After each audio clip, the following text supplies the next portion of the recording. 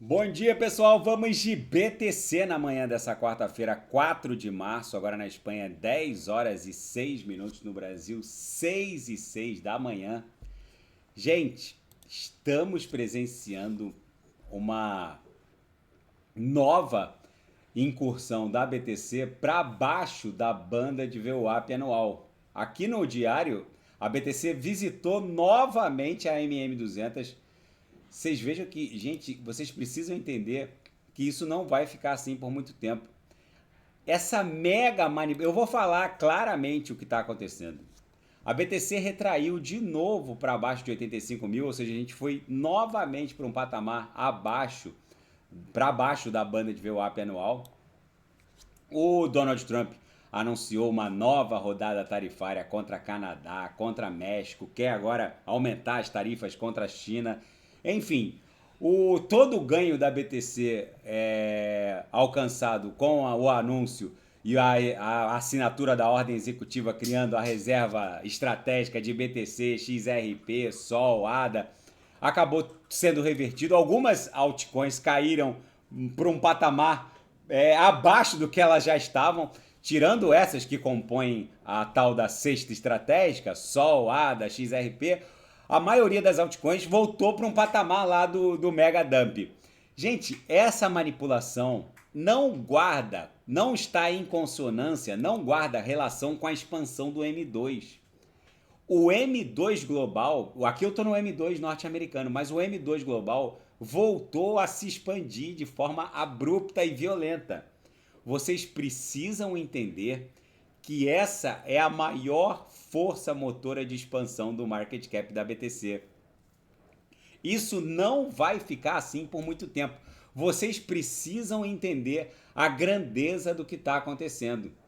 Essa é uma oportunidade épica para quem desembarcou, para quem mineralizou. Enfim, vocês vejam que a maioria das altcoins de alta octanagem está caindo absurdamente. Mas algumas altcoins não estão nem aí para BTC.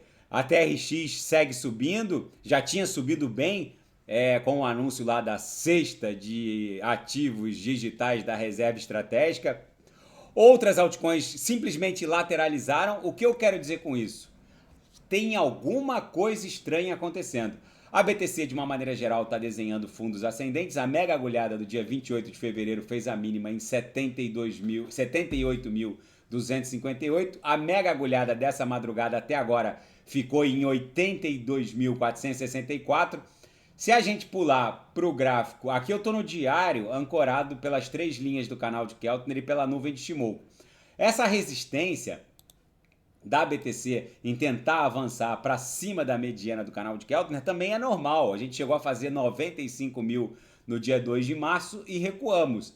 Se a gente olhar para o gráfico de 4 horas ancorado pela banda de VWAP mensal, o que travou a BTC ali em 95 mil foi basicamente o patamar da VWAP mensal do mês de fevereiro. Então a gente pode concluir que há aqui um padrão de topos descendentes e provavelmente a gente vai formar fundos ascendentes. Então eu não me assustaria em nada com um eventual movimento, eu não me assustaria nada com um eventual movimento da BTC para dar vigência a uma LTB e a BTC pode eventualmente explodir para 92, 93 mil dólares. No gráfico diário, ancorado somente pela banda de VWAP anual, segue vigente a possibilidade de retorno espasmódico para algo próximo a 100 mil dólares. Eu sei que tem muita gente achando que o medo e a ganância, o índice do medo e da ganância enveredou de novo por um viés que pode levar para um medo extremo. Vou até olhar aqui o índice do medo e da ganância, só para a gente entender o que está acontecendo com o índice do medo e da ganância. Vamos lá. A gente chegou a bater 10 no auge daquela agulhada. Aí ontem voltamos para 33. E hoje a gente está de novo em 15. Gente, isso eu sei que tem muita gente achando que o mercado cripto enveredou por um viés que vai levar novamente para aquela mínima do medo extremo, mas a gente está no medo extremo de novo. Vocês precisam entender que historicamente comprar no medo extremo é sempre um bom negócio e muitas altcoins de alta octanagem, como é o caso de Avax, voltou para um patamar de preço que estava o mesmo patamar de preço que estava sendo ostentado lá quando a BTC visitou, quando o Market Cap Cripto visitou o patamar de 10 no medo extremado na agulhada de 28 de fevereiro.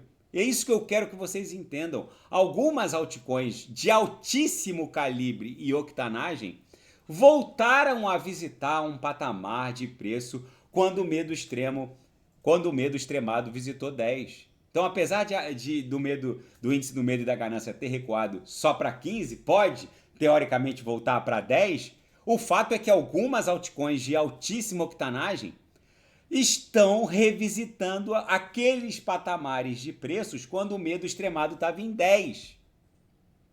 Eu quero que vocês entendam a grandeza dessa oportunidade.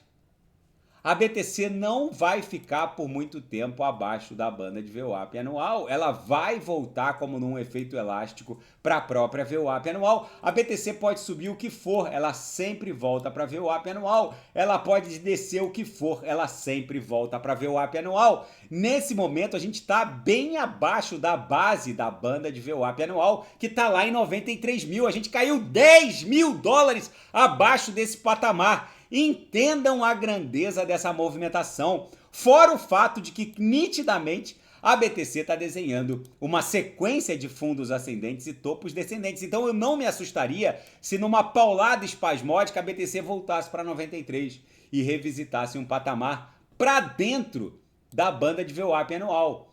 Na seara fática, FTX e Alameda Research, as duas massas falidas do grupo FTX, estão desbloqueando 3,03 milhões de Sol, de Solana, num valor total de 431 milhões de dólares, e eles estão distribuindo para várias carteiras. Essa grana pertence a todo esse unbound de 3,03 milhões de Solanas. Eram Solanas que estavam bloqueadas no programa de staking da rede Solana e que pertence ainda à massa falida de FTX e Alameda Research. O fato, gente, é que toda essa montanha de Solanas, em algum momento, vai ser distribuída para os credores, que eram os antigos usuários. Então não há ainda como pontificar que tudo isso vai ser convertido em USD para eventualmente ser distribuído. Tudo isso está dentro da gestão da massa falida de Solana. E outra, liberar 431 milhões de dólares em Solana não é assim uma quantidade absurda de Solana, porque o market cap da Solana está lá em quase 100 bi de dólares. Vamos ver quanto está o market cap de Sol neste exato momento. Porque as pessoas se assustam, está em 82,3 bi. Então liberar 400 milhões de dólares em Solana não é algo assim tão catastrófico. Pode até pressionar um preço um pouco para baixo, sim, mas não é algo assim tão catastrófico. E o grupo Lazarus, da Coreia do Norte, que hackeou a Bybit, acabou de lavar toda a montanha de ETHs drenadas da Bybit. Num total de 499 mil ETHs, ou meio milhão de Ethers, 1,39 bilhão de dólares drenados, roubados da Bybit. Em apenas 10 dias, quase tudo foi lavado. A principal ponte cross-chain usada na lavagem foi a Thorchain, cujo gás e o token de governança é a Rune. Não é à toa que a Thorchain também sentiu um pouco, a Rune sentiu um pouco essa... Porque a Rune ela tem pools, liquidity pools multi-chains, então é muito fácil trocar ETH por BTC nativa da blockchain da BTC usando a Thorchain, porque basicamente os hackers, porque como são pools, liquidity pools multi-chains, basicamente os hackers trocaram ETH por Rune e imediatamente trocaram Rune por BTC em liquidity pools multi-chains. Então uma plataforma como a Thorchain acabou se transformando num grande novo misturador 2.0, justamente pela possibilidade de trocar os Ethers, que é um consenso Proof of Stake, que teoricamente os devs da Ethereum Foundation poderia dar um freeze, mas eles avisaram que não iriam fazer isso, porque o prejuízo para o mundo cripto seria bem maior. Fora o fato de que hoje os devs da Ethereum Foundation não têm moral para falar em fork, porque assim que eles lançaram o mainnet da Ethereum lá em 2016, eles sofreram um hackeamento, drenaram 3,6 milhões de Ethers naquela época, e que não era um valor em dólar tão expressivo, era mais ou menos 50 milhões de dólares, e o Vitalik Buterin imediatamente anunciou um fork, e aí a ETH que a gente conhece hoje foi bifurcada em Ethereum Classic e a ETH que a gente conhece hoje, que na época ficou com o consenso Proof of Work, as duas, né? A Ethereum Classic ainda tem consenso Proof of Work, a ETH também ficou com consenso Proof of Work, depois a ETH fundiu os dois consensos na Ethereum Merge. Num ato subsequente, eles criaram a bomba de dificuldade para o consenso Proof of Work, que ainda existe, mas padece de uma dificuldade infinitesimal. E aí, depois da fusão dos dois consensos com a bomba de dificuldade, basicamente a Ethereum passou a ostentar somente o consenso Proof of Stake. Então as pessoas têm memória curta. A Ethereum não tem moral nenhuma para falar em fork, porque eles fizeram um fork, deram um freeze nos Ethers que estavam num smart contract, que era a grande vitrine da Ethereum lá, assim que eles lançaram o mainnet em 2016, estava num smart contract que comandava uma DAO e havia um bug nesse smart contract que drenou basicamente as ETHs da Ethereum Foundation. Ainda nos fatos, Bitcoin emite um sinal de alerta único. É o que eu falei lá no começo do vídeo. A expansão da liquidez e do M2 global vai forçar o preço do Bitcoin para máximas insanas.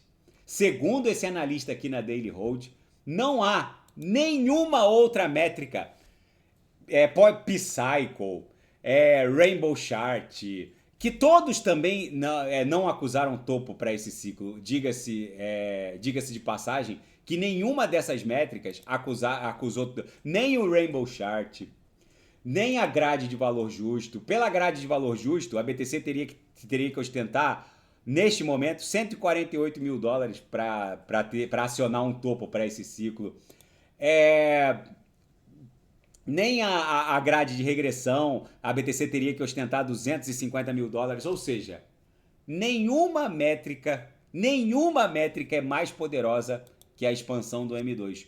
Invariavelmente, quando o porque isso aqui, gente, goza de uma inércia movimentacional brutal. A expansão do M2 significa nada mais, nada menos que estados soberanos voltaram a imprimir riqueza à torto e à direito. Só que isso aqui, quando ele começa a avançar, isso aqui guarda uma inércia movimentacional única. Então vocês podem ter certeza que o M2 americano só vai parar acima de 30 tri. Só que o M2 global está indo para cento e tantos tri. Então vocês precisam entender a grandeza dessa movimentação. A BTC vai desenhar um topo insano para esse ciclo e muitos minerais estão desembarcados. Essa é a dura realidade. O que a gente está presenciando é um brutal darwinismo mercadológico. E na seara geopolítica e finanças internacionais, a extrema-direita polonesa começa a surfar a onda direitista de Donald Trump. Um outsider da extrema-direita polonesa, o Sławomir Mencen, acabou saltando à frente do seu rival e está em segundo lugar para as eleições presidenciais de maio, avançando rapidamente. É uma revolução no senso comum que Donald Trump está promovendo na Europa como um todo. É só ver o resultado da AfD na Alemanha, né? Alternative für Deutschland, que seria, em tradução livre, alternativa para a Alemanha. A Alice Wendel ficou lá em segundo lugar e vai incomodar o governo do Friedrich Merz, que é o virtual futuro próximo chanceler primeiro-ministro alemão. Agora, esse outsider, o Mencen, na Polônia, promete embaralhar também a política polonesa. E o Donald Trump anunciou a suspensão total da ajuda militar e financeira em favor da Ucrânia. O Trump ficou muito irritado com a declaração do Volodymyr Zelensky, no sentido de que um tratado de paz ou um cessar-fogo entre Rússia e Ucrânia estaria muito longe de ser costurado. O Trump muito irritado, dizendo, para falar o mínimo, que o Trump chegou a xingar ele de tudo, mas para dizer o mínimo, ó, esse cara não quer paz, portanto, com o nosso dinheiro, ele não vai ficar brincando de guerra nuclear, cortou a ajuda militar, o Elon Musk está em conversação com um alto escalão militar ucraniano para cortar os sinais de satélite, e a Casa Branca, num movimento brusco e sísmico, agora está buscando um plano para suspender todas as sanções contra a Rússia. A Casa Branca exigiu dos departamentos de Estado e do Tesouro norte-americano a elaboração de uma lista de sanções econômicas imediatas que podem ser aliviadas em favor da Rússia. Principalmente a reinclusão da Rússia no sistema SWIFT global de pagamentos. Gente, o mundo, a realidade, ela é muito mais insana que a mais fértil de todas as imaginações. Basicamente, quem poderia imaginar? A Europa está sozinha, a OTAN foi implodida no dia lá da reunião do Salão Oval na Casa Branca, quando o Zelensky bateu boca com o Trump. O M2 global está explodindo. Os estados soberanos voltaram a imprimir riqueza como nunca. A maior força motora de expansão do market cap da BTC está ganhando uma atração hecatômbica e os minerais estão mineralizando e os subprotozoários estão espraiando aos quatro cantos nas redes sociais que esse inverno cripto começou, que vai ser muito duro, quando na verdade a gente está alimentando a maior força explosiva de expansão do market cap da BTC. E as pessoas não conseguem ligar o queijo ao ratinho. Eu insisto, quem não sabe o que comprar, é só clicar no link abaixo. Gemas Altcoin Alert. Não ousem ficar desembarcados, porque o que vem por aí, meus amigos, é muito violento. Este ciclo, para quem efetivamente for disciplinado, para quem tiver olhos de ver, vai formar multimilionários como nunca aconteceu nos ciclos anteriores, porque há altcoins que facilmente vão entregar 40, 50 vezes ou mais. Eu insisto, quem não sabe o que comprar é só clicar no link abaixo. Gemas Altcoin Alert. Daqui a pouco eu volto com Arbitrum, Solana, Avax, Kusama, Polkadot e quem quiser sugerir alguma análise é só colocar nas mensagens abaixo. Grande abraço, até daqui a pouco.